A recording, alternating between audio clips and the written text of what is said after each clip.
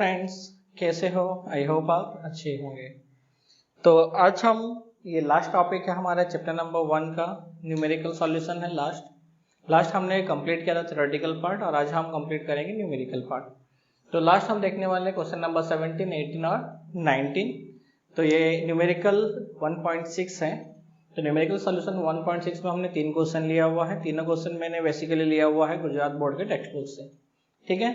और इसके बाद अगर आपको कुछ क्वेश्चंस पूछना हो या फिर तो कोई सॉल्यूशन आपको चाहिए या फिर आपको लगता है कि मुझे किसी और टॉपिक पे वीडियो बनाना चाहिए इस चैप्टर के रिलेटेड, तो आप मुझे नीचे कमेंट सेक्शन में कमेंट करके क्वेश्चन और टॉपिक का नाम आप दे सकते हैं। क्वेश्चन या फिर तो उस टॉपिक का नाम आप दे सकते हैं, या न्यूमेरिकल कोई है तो उस न्यूमेरिकल के बारे में या उस क्वेश्चन को आप मेरे कमेंट सेक्शन में आप पूछ सकते हैं, या फिर आप मेरे इंस्टाग्राम में जाके भी मुझे मैसेज कर सकते हैं।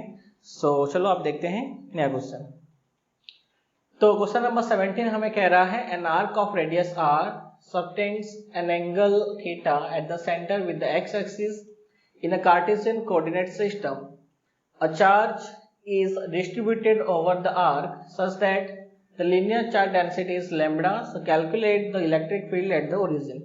तो हमें क्या दिया हुआ है? हमें कह रहा है कि एक वायर है, एक चार्ज वायर है और उसका रेडियस हमें कह रहा है, अगर उस वायर को पूरी तरह से मैं सर्कुलर करूं तो उसका रेडियस है r, और कह रहा है कि ये x एक्सिस के साथ वायर जो है r रेडियस में x एक्सिस का थीटा एंगल क्रिएट कर रहा है। फिगर देखते हैं हम। ये हो गया Cartesian coordinate system.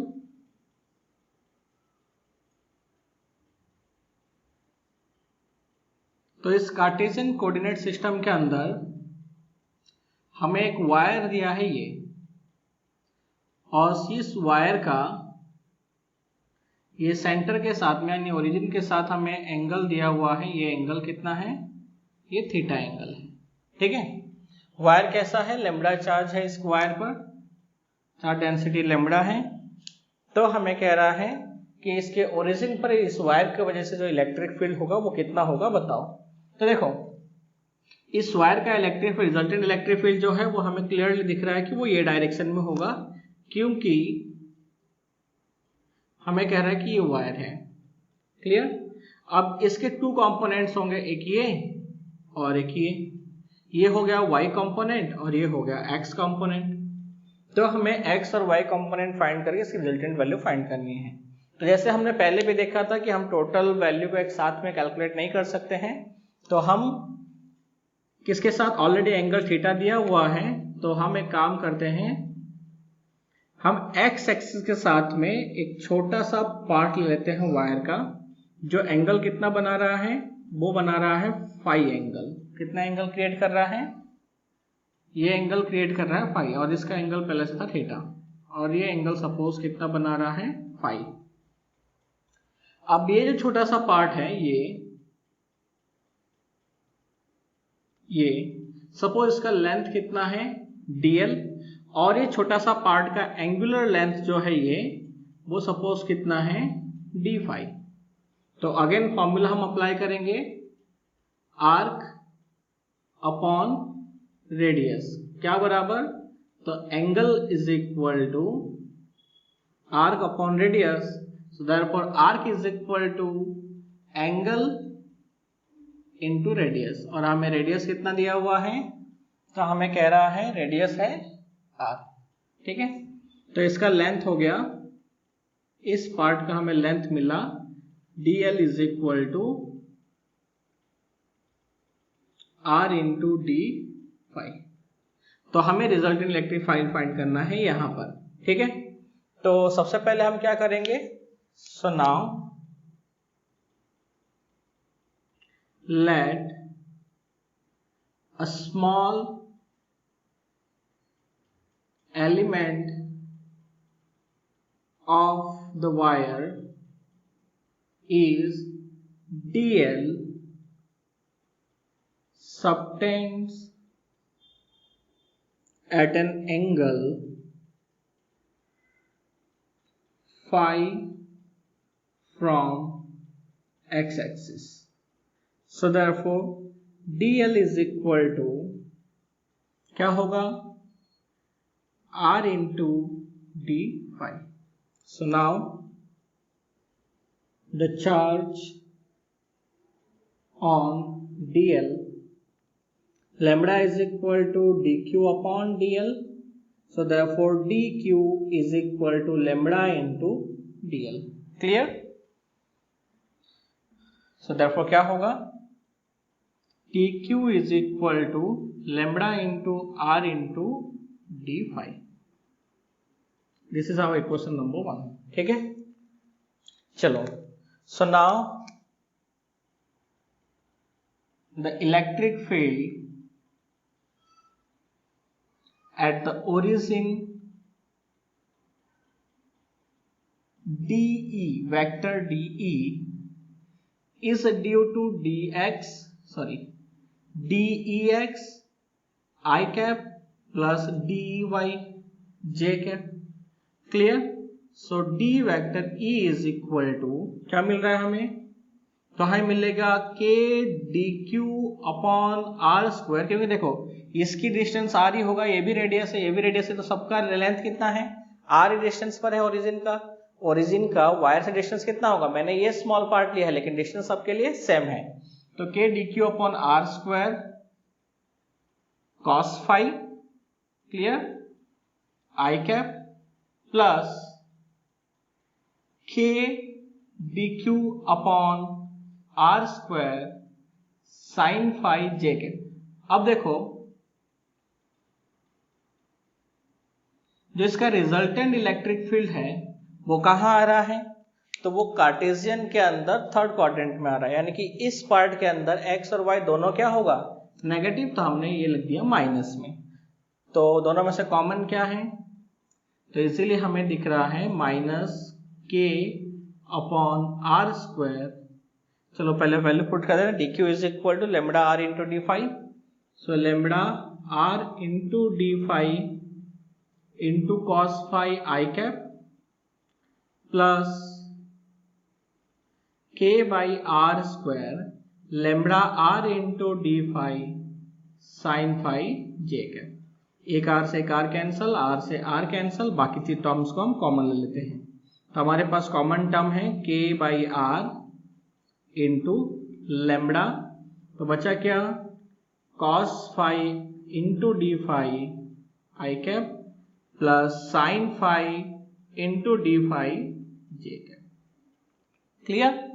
Okay, so this is equation number 2.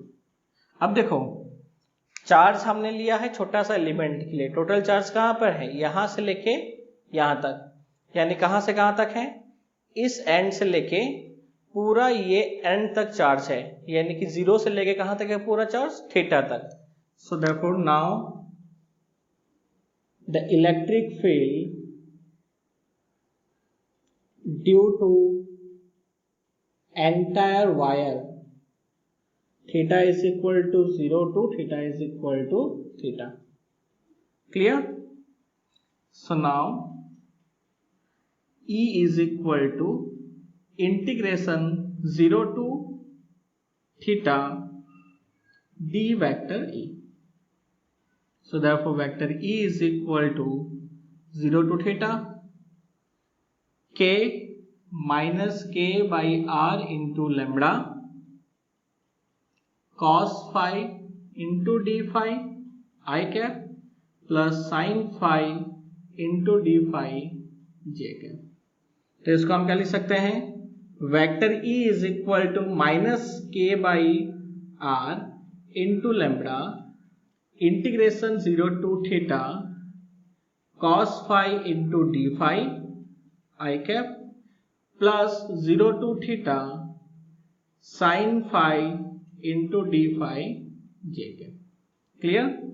So therefore vector E is equal to क्या हो गया, minus k by are into lambda cos phi का इंटीग्रेशन हो जाएगा sine phi, clear, I cap, और लिमिट क्या था 0 to theta plus sine phi का हो गया minus cos phi j cap 0 to theta. Clear? So therefore vector E is equal to minus k by r lambda. अब देखो sine phi की upper limit theta minus 0, तो sign 0 की value तो 0 ही है, तो हमें क्या मिलेगा sign theta i cap plus, अब देखो कॉस थीटा का तो कॉस थीटा है, लेकिन कॉस 0 की वैल्यू 1, क्लियर। तो ये हो गया माइनस कॉस थीटा और ये हो गया प्लस 1, तो हम इसको लिख सकते हैं cos theta minus 1 j cap, clear. तो इलेक्ट्रिक फील्ड क्या हो गया, E is equal to vector E is equal to minus k by lambda upon r into sine theta i cap minus minus plus k by lambda r cos theta minus 1 j cap unit, clear. तो ये हो गया अगर कोई wire को हम x axis का theta angle पे अगर सबटेंड करते हैं नहीं रखते हैं, तो ऐसे कंडीशन में जो उसके ओरिजिन की तरफ जो हमें इलेक्ट्रिक फील्ड मिलेगा वो हमें कितना मिला, vector is equal to minus k by lambda sine theta i cap plus k by lambda cos theta minus 1 into j cap unit मिला। अब देखो हमने सॉल्यूशन कैसा किया, तो सबसे पहले हमने इसका एक छोटा सा पार्ट लिया है, छोटे से पार्ट के लिए हमने इलेक्ट्रिक फील्ड फाइंड किया, तो हमने देखा कि ओरिजिन पर तो हमें दो कंपोनेंट मिल रहा है क्योंकि ये तो इस एंगल पे आ रहा है। अब इस एंगल पे इसके टू कंपोनेंट कौन सा हो गया, एक वाई एक्सिस पे और एक्स पे, वाई पे हो गया साइन थीटा, एक्स पे हो गया कॉस थीटा। तो हमने ले लिया साइन थीटा आई कैप, और हमने फाई क्यों लिया, तो हमने छोटा सा हमने इसको कहा कि एक्स सा तो फाई एंगल पे है और ये कितना है, तो इसकी जो एंगुलर लेंथ है वो डी फाई है। तो हमने इसको सिंपली सॉल्यूशन किया, तो हमें आंसर क्या मिला, तो हमें आंसर मिला है minus k lambda by r sine theta i cap plus k by lambda r cos theta plus 1 j cap, ठीक है। तो आई होप आपको समझ में आ गया होगा, तो जल्दी से इसे नोट कर लो या फिर तो वीडियो को पॉज करके जल्दी से नोट कर सकते हो। तो हम चलते हैं सेकंड क्वेश्चन की तरफ। तो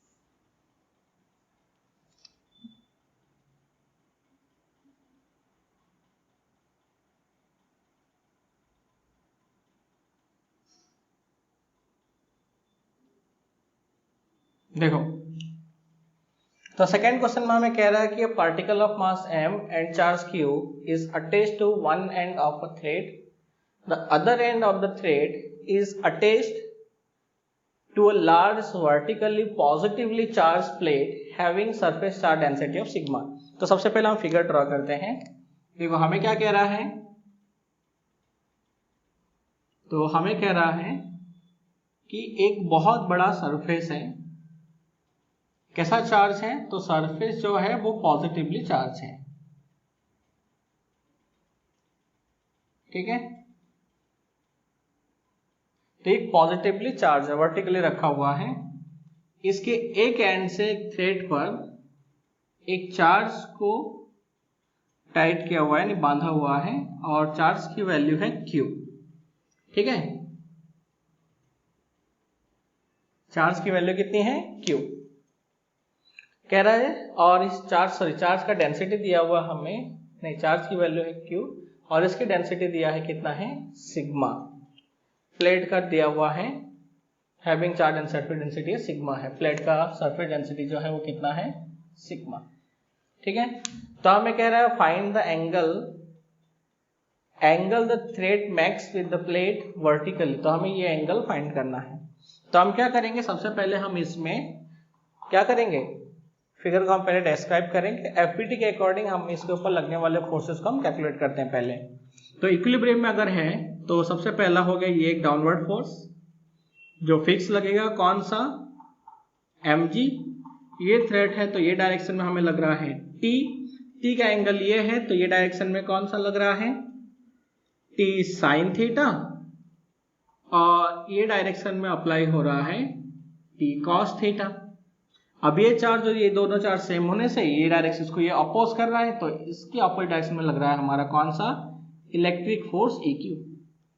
ठीक है, तो हमें फाइंड करना है एंगल कितना होगा। तो बहुत सिंपल सा है, as per the figure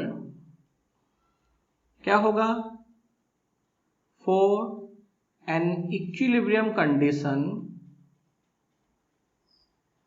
condition क्या है, t cos theta is equal to mg, equation number 1, and t sin theta is equal to EQ, equation number 2, है ना। तो क्या करेंगे, देयरफॉर दोनों को रेशियो ले लेंगे, आंसर हो गया। Therefore by taking ratio of equation 1 and equation 2, sorry equation 2 and equation 1, we get क्या मिलेगा, तो मिल रहा है t sin theta upon t cos theta is equal to EQ upon mg। Clear, तो t cancel, so tan theta is equal to EQ upon mg, so theta is equal to tan inverse EQ upon mg। Clear हो गया। तो simple question था। तो कोई भी question अगर इस टाइप का क्वेश्चन आता है, रॉड है, सरफेस है, प्लेट है, कहीं पे भी अगर हमें एक प्लेन रूफ दिया हुआ है, तो ऐसे कंडीशन में हमें सिंपली याद रखना है कि हमें FBD का यूज करना है और उसके ऊपर अप्लाइड होने वाले फोर्स को कैलकुलेट करो और उसके बाद उसको बैलेंस कर दो, तुम्हारा आंसर इजीली फाइंड हो जाएगा। ठीक है, तो वीडियो को पॉज करके आप नोट कर सकते हो। तो हम चलते हैं थर्ड क्वेश्चन की तरफ।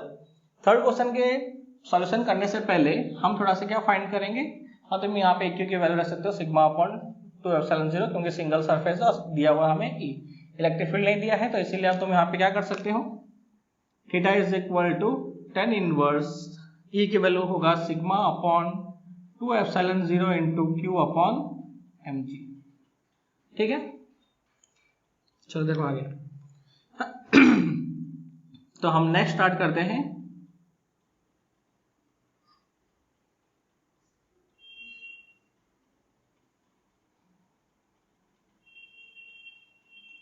ओके, थर्ड क्वेश्चन स्टार्ट करने से पहले थोड़ा सा हम इंटीग्रेशन देखेंगे, इसमें हमें यूज होने वाला है।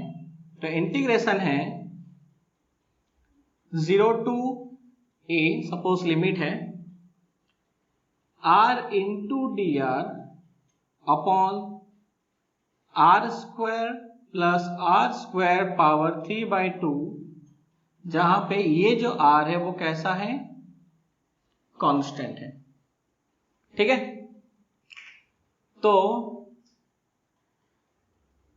सबसे पहले हम ले लेते हैं let r square plus r square power 3/2 is equal to x। So therefore r square plus r square is equal to x to the power 2/3 होगा ना। So r square is equal to x to the power 2/3 minus r square. So therefore d upon dx r square is equal to d upon dx x to the power 2/3 minus r square। तो हमें answer कितना मिलेगा, 2r into dr अपॉन dx, और ये कितना होगा 2/3 x to the power -1/3 minus 0। ठीक, क्योंकि ये कांस्टेंट है। और इसका कैसा आया, तो हमने फॉर्मूला अप्लाई किया d/dx x to the power n is equal to n into x to the power n minus 1। ठीक है, तो ये आंसर क्या हो गया, तो dr अपॉन dx is equal to 2/2 to cancel, so 1 upon 3r into x to the power 1/3, minus 1/3 था तो मैंने इसको ऐसे लिख दिया है। तो हमें मिला dr is equal to 1 upon 3r x to the power 1/3 into dx। Clear, okay. So now हमें क्या फाइंड करना है, integration. So now integration 0 to a r into D R की वैल्यू कितनी है 1/3 r into X to the power 1/3 into D X. Upon कितना है, upon है x, क्लियर, ये r से ये r कैंसल, तो हमारे पास क्या बच गया है 0 to a 1/3x, देखो ये x नीचे आ गया तो 1 + 1/3 है ना, तो आंसर कितना हो गया 1 + 1/3 मीन्स 3 + 3, देखो 1/3 + 1 तो कितना होगा, तो 3 + 1 मीन्स 4/3 इंटू dx। तो 1/3 को मैंने कांस्टेंट ले लिया और इसको मैं लिख सकता हूं कितना 0 to a x to the power -4/3 into dx। तो इसका आंसर डायरेक्ट कितना हो गया, तो आंसर हो गया x to the power -4/3 + 1 means x n + 1 upon -4/3 + 1 0 to a। So 1/3 ये कितना हो गया, तो x to the power +3 - 4 answer कितना होगा -1/3 अपॉन -1/3, सो -1/3 तो 1/3 into -3 x to the power -1/3 limit 0 to a, so 3 cancel, so -1 upon x to the power 1/3 0 to a, clear. अब x की वैल्यू कितनी है, ये रहा, तो माइनस कितना हो गया 1 upon r² plus r² power 3/2 into 1/3 और लिमिट कितना है 0 to a, तो -1 upon √r² plus r² limit 0 to a, clear. तो बाकी a हम रख सकते हैं इसकी जगह पे, तो हमें आंसर फाइनल आंसर क्या मिल जाएगा, तो हमें आंसर मिलेगा -1/√r² प्लस a² और +1 अपॉन √r² प्लस 0, यानी आंसर हो गया final 1 upon √r² plus a² plus 1/r, ये हो गया हमारा फाइनल आंसर। तो उतना ही आंसर भी है। तो आई होप आपको ये समझ में आ गया इंटीग्रेशन। तो इंटीग्रेशन आप जल्दी से देख सकते हो, ठीक है ना। इंटीग्रेशन इसमें थोड़ा सा बड़ा है, बाकी इसको आप दूसरे मेथड से भी सॉल्व कर सकते हो, ठीक है। तो आप वीडियो को पॉज करके इसको नोट कर सकते हो।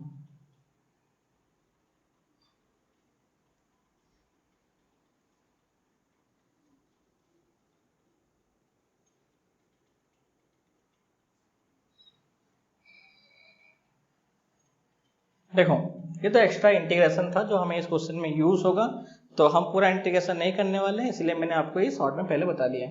हमें कह रहा है calculate total electric field, calculate the total electric field flux linked with a circular disc of radius a।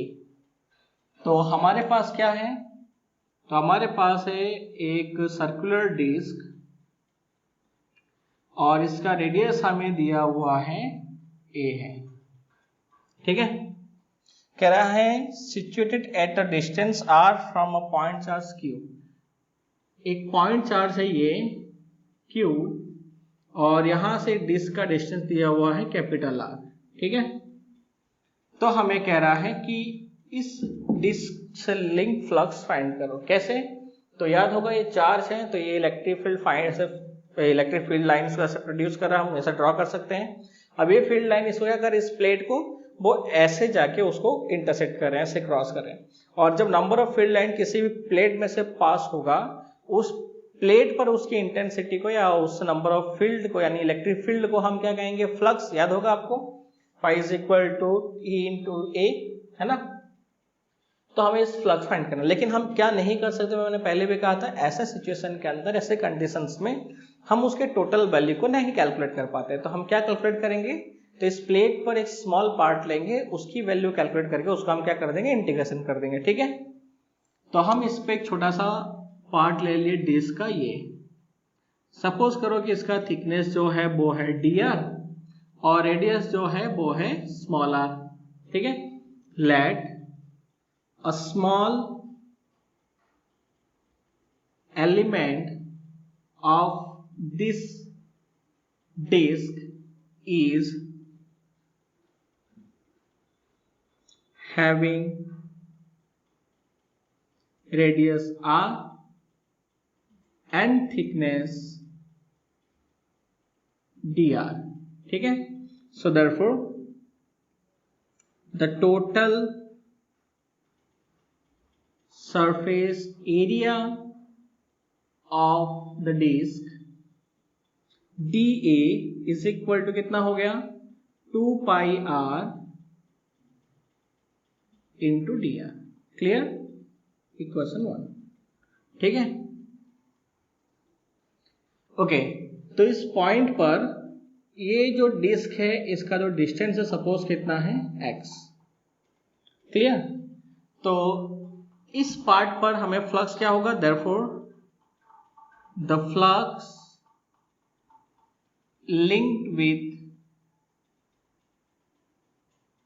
the disk is d phi is equal to कितना है, d into da, तो आंसर कितना होगा, de into da cos theta।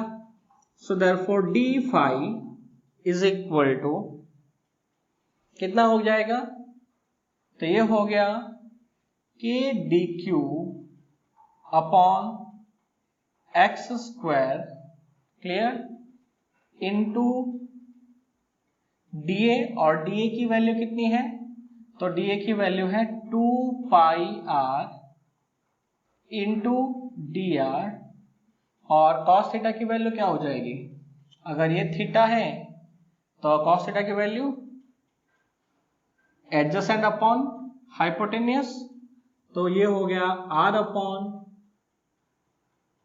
Adjacent upon hypotenuse, तो r upon x, clear. तो answer क्या हो गया, आंसर हो गया k dq इंटू 2 पाई r इंटू dr, इस r को मैं यहां पे ले लेता हूं, तो आंसर हो गया अपॉन x क्यूब, ठीक है। इक्वेशन नंबर 2 ये हमने कहां से रखा, तो from equation 1।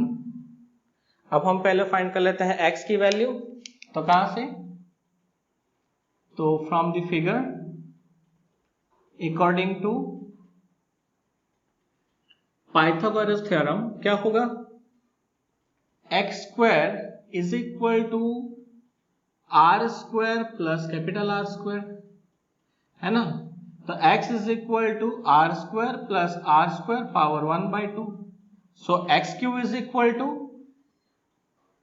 r square plus R square power 3/2, clear, क्योंकि हमें x क्यूब की वैल्यू चाहिए था, ठीक है। तो अब हम क्या करेंगे, यहाँ पे उसकी वैल्यू पुट करो और आंसर फाइंड कर लो। So d phi is equal to k r into d q, और डी क्यू की वैल्यू, तो टोटल स्टार डेंसिटी कितना है, सपोज सिग्मा, तो sigma is equal to q upon a, clear. तो d q is equal to d q upon, देखोगे sigma into d ए,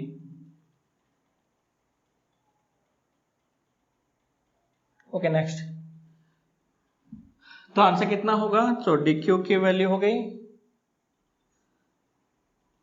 तो answer कितना है, r square plus r square power 3/2 into 2 पाई r into D R, clear, okay. तो ये हो गया हमारा।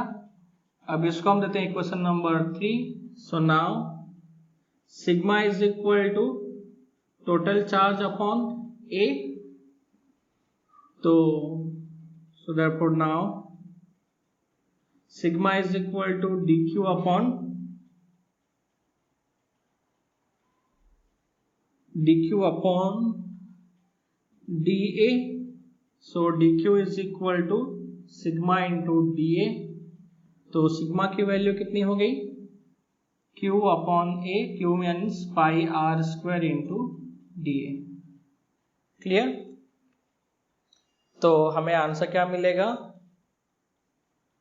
तो हमें यहां से मिल जाएगा d phi is equal to k r into dq की value sigma into dA,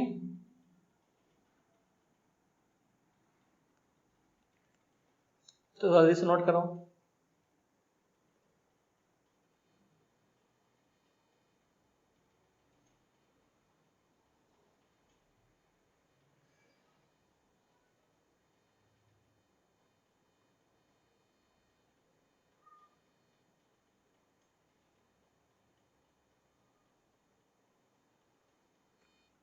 sorry, हमारे पास तो चार्ज है ना यहाँ पे ऑलरेडी पहले से,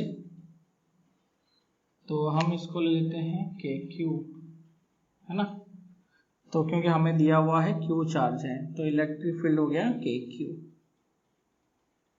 clear? Now clear. Okay, so now the total flux phi is equal to integration, कहां से, यहां से यहां तक हमने पार्ट लिया, तो ये हो जाएगा पूरा, so 0 to a d phi, so 0 to a d phi की वैल्यू हो गई k r q upon are square plus r square power 3/2 into कितना है 2 pi r into D r. तो जो भी कांस्टेंट है उसको पहले हम थोड़ा बाहर ले लेते हैं, तो हमारा आंसर है k r into 2 pi. Clear? ये कांस्टेंट टर्म था, तो 0 to a r into D r upon are square plus r square power 3/2, और इसका भी मैंने आपको सॉल्यूशन बताया था, तो आप वो सॉल्यूशन पीछे से वापस से वीडियो को पॉज करके या फिर आपने नोट किया होगा उसको वैल्यू को हम यहाँ पे पुट कर सकते हो, है ना। पूरा मैंने आपका इसका इंटीग्रेशन आपको मैंने पहले करा दिया था। तो आई होप कि तीनों न्यूमेरिकल आपको समझ में आया होगा। तीनों ही न्यूमेरिकल बहुत ही अच्छा है और हमें बहुत सारे इसके बेसिस पे क्वेश्चन को सॉल्व करने में हेल्प करता है। तो आप इन न्यूमेरिकल्स का यूज करके और भी बहुत सारे क्वेश्चन को आप सॉल्व कर सकते हो। ठीक है, तो